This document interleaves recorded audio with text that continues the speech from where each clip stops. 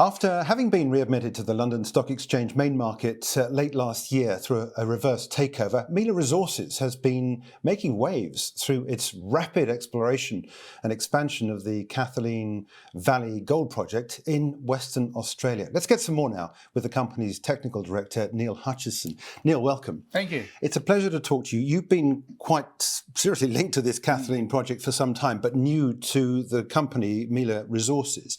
Explain more about why the project is so significant and what the company's going to do with it. Sure. So I've been involved in the project since its early days, 2018. I was the first geologist on the ground to have a look at the project and recognise there was something there and we had to drill test it. So I've been there since the first drill hole when we discovered gold, silver, zinc mineralisation with the previous owner of Trans-Pacific. So I've sort of followed the project through. We've completed now 34 drill holes and I transitioned through to Mila and was invited to the board because living in Western Australia and having known the project so well, it was a logical process for me to sort of stay with the project and join Mila.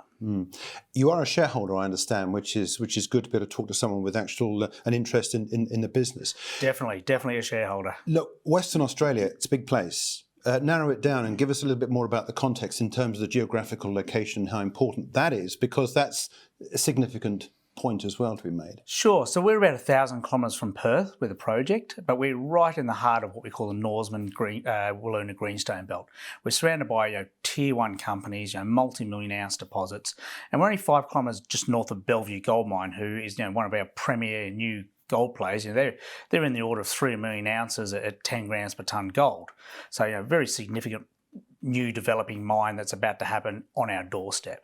And so we're surrounded by these great projects. We've got all the mechanisms for defining gold and big deposits, and we've discovered one ourselves, which hopefully can be the next big mine in that area. Now, you've said already that there's some business going on about drilling out and so forth. And what are you discovering? What are you hoping for in terms of the long-term picture as an investment opportunity? Sure. So we started off like anything, just with the initial discovery hole.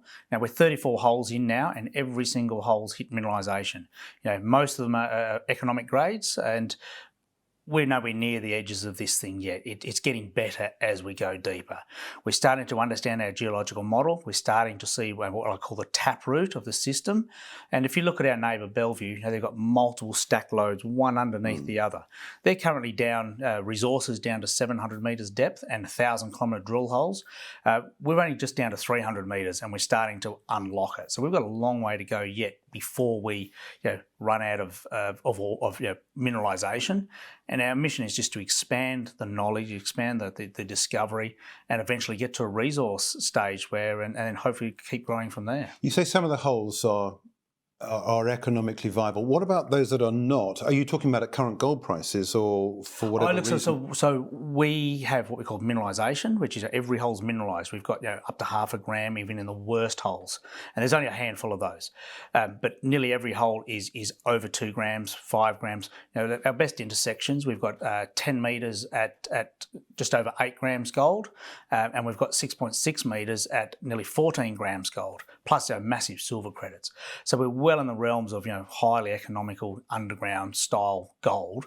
All we've got to do is prove it up, make it big enough, and get to the ore reserve. Well, of course, that's the big stage, isn't it? The big hurdle to get over. And I know that's what investors are going to be looking for, to establish some success at that point to be able to take the project on. Correct.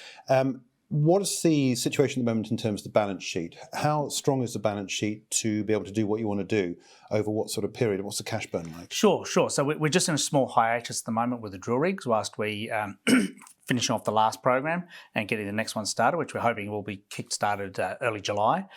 So we've got enough money in the bank to keep going with our drilling, and that'll take us far enough down the path to chase this next high-grade zone that we've identified, and we'll just continue to follow that downtrend, and then eventually we'll expand out and then start to infill. Once we start the infill, that'll be sort of our resource stage that we're starting to build up on. And as I said, you're an invested person, and I know much of the other board members are as well, which gives a certain amount of confidence to people that might be dancing around this project as something worth looking at. We call it skin in the game. Exactly, that's right. That's a really good description. You've got to be invested if you believe in it. Exactly, that's right. And I think it's the right time to look at the share price because the share price has done all the sort of right things. This actually goes back to November last year, but of course was when all of business with the reverse takeover and so forth. So this has gone pretty much in the opposite direction to many of the other markets. It has to be said at the moment. You're in a good space, gold. Yeah, definitely. And I think, when the trends in the last couple of months have been going backwards, Mila has consistently gone upwards and bucking the trend. We're regularly in the top 20 fastest moving shares on any day. And I think that gives it stability and security, knowing that the investors believe the story and believe the results that we're putting out and are happy to wait for the next lot of results to come out and follow the story rather than just in for a quick buck. And I think, a credit to the management and the team that's all around this and the supporters that are working with us is they believe in it too. So it gives it stability. And I think, as the market sort of, do sort of try to improve themselves in the future and we get more results out and more drilling results, the trend should continue solidly.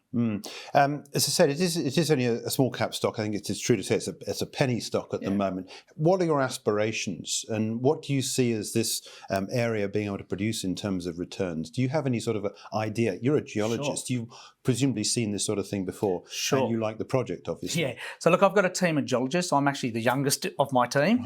Right. And so between us, we've got guys between 30 and 50 years experience in the team. So put that together, we're way over 100 years worth of knowledge that we're working on here. They love this project. Each and every one of them can't wait to get back up there because they reckon in their careers this is the best one they've worked on.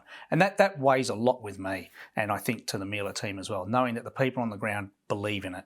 We've worked on a lot of deposits over our lifetimes and some of them are great, some of them are pretty average, but this one just delivers every drill hole. So that gives me a lot of confidence. So taking this forward, I think we've been our geological models have been very sound and they deliver each time we go down that path. So if we're right, and as we get deeper holes and it starts to unfold into our taproot and what we call is the ladder system that should be sitting underneath, if it starts to sort of take up what Bellevue's doing, and we're not saying we're a Bellevue by any chance, but we're Bellevue style, basically this project can grow rapidly and be quite a large scale system, which given where we're situated amongst numerous mills to the north and south of us, is we've got plenty of processing option. We don't need to build a mill on site.